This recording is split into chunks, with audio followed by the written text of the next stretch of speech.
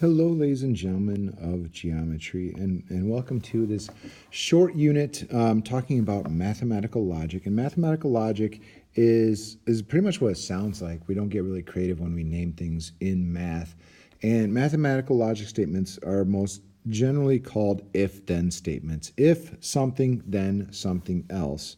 And then there's some variations of it we need to talk about. So let's talk about conditional statements. And there's some times where students and some adults see math problems like this.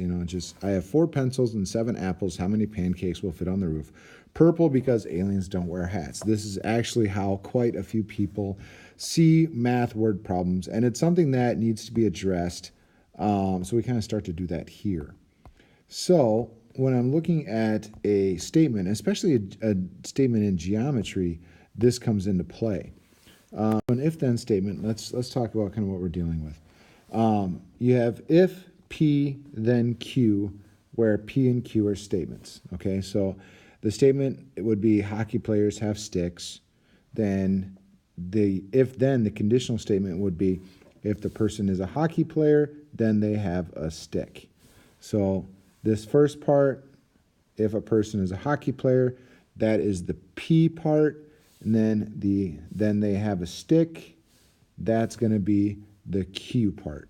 So here, musicians play instruments becomes if the person is a musician, then they play an instrument. So this part would be the P. This part would be the Q. Elephants are purple. Notice I give no bearing to the truth value of the statement. Sometimes it's true, sometimes it's false. I'm just looking to see, can I convert it into an if something, then something else. So if the animal is an elephant, then it is purple.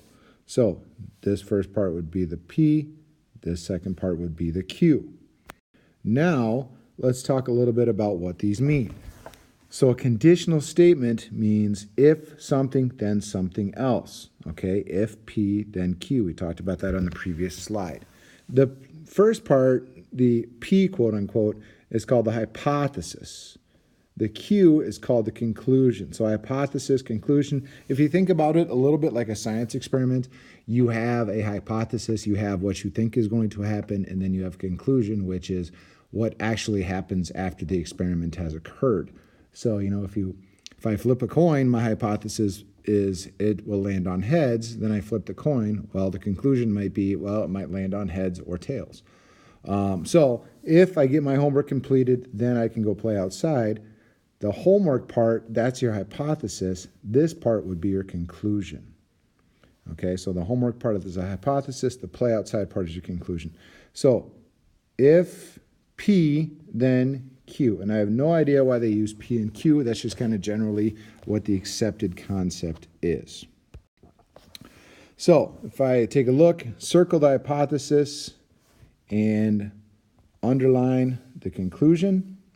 So if 2 lines are perpendicular, then they form right angles. So hypothesis is the P, so that would be circled. Underline the conclusion that they form right angles. If 2 angles are supplementary, then their sum is 180. So if something, then something else.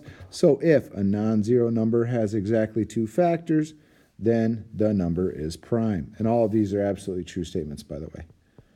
So I'm not really looking at the truth value yet, but I'm just looking at kind of what is the hypothesis, what is the conclusion. Now, take a look here. The converse of this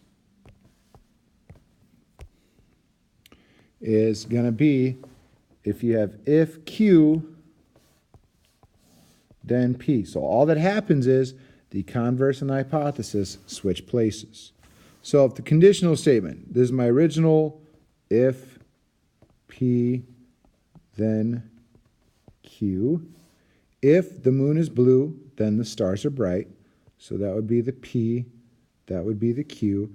Then the converse means flip it around. So if the stars are bright, then the moon is blue.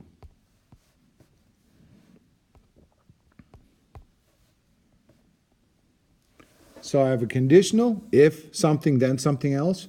And the converse means flip that around. That's all we're looking at here. So if I take a look, write the converse of these statements. If I am cold, then I put on a sweatshirt. So I am cold becomes P. I put on a sweatshirt. That becomes Q. The converse would be if I put on a sweatshirt,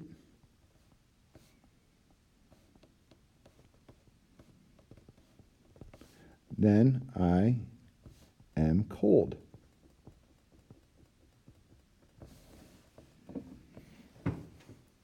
So now, if there are clouds, then it is cold.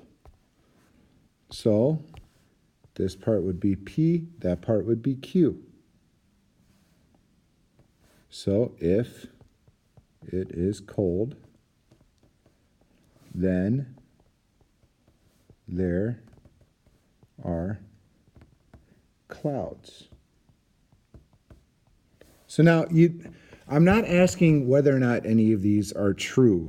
Hopefully, if you are cold, then you would put on a sweatshirt. If you already have on a sweatshirt, maybe put on a thicker sweatshirt or a coat. If there are clouds, then it is cold. Well, we all know that's not true. We live in Minnesota where it's January and there's not a cloud in the sky and the sun is bright, but it's -5 degrees. We know that that's not necessarily true. But these are just looking at, can you write the converse of this statement? I'm not interested in truth value right now. So last one, if lunch is fish, then I won't eat lunch. So lunch is fish would be P. I won't eat lunch is Q. So if I won't eat lunch,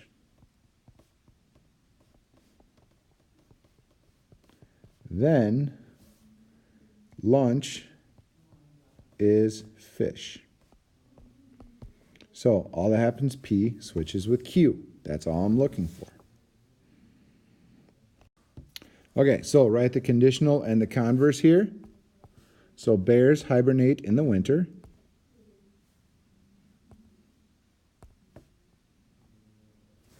So switch it up here.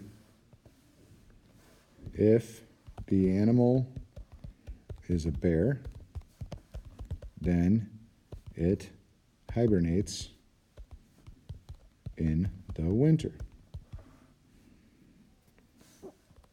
That would be my conditional statement. Oops. That would be the conditional. So then the converse would be if the animal, because that's what we're talking about, it's an animal, that would be the subject here. If the animal hibernates in winter,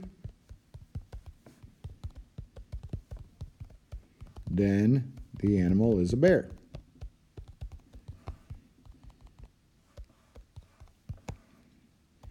Not an ear, a bear. Autocorrect. So that would be the converse. Oops, sorry, it keeps doing that. So this would be your converse. So second statement here, conditional. If you are a senior, so or if the student or if the teenager is a senior, or I think student works the best here, but I'm just going to use you are. If you are a senior, then you are older than a freshman. So if you're a senior, then you're older than a freshman. So the converse would be if you are, I'll just keep it consistent here, if you are a freshman,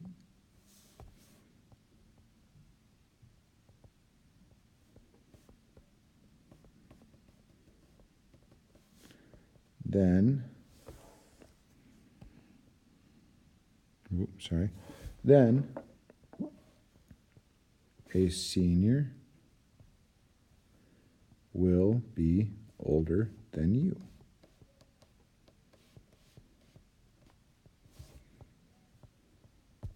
And you can start to see these are just general statements. Some are true, some are false.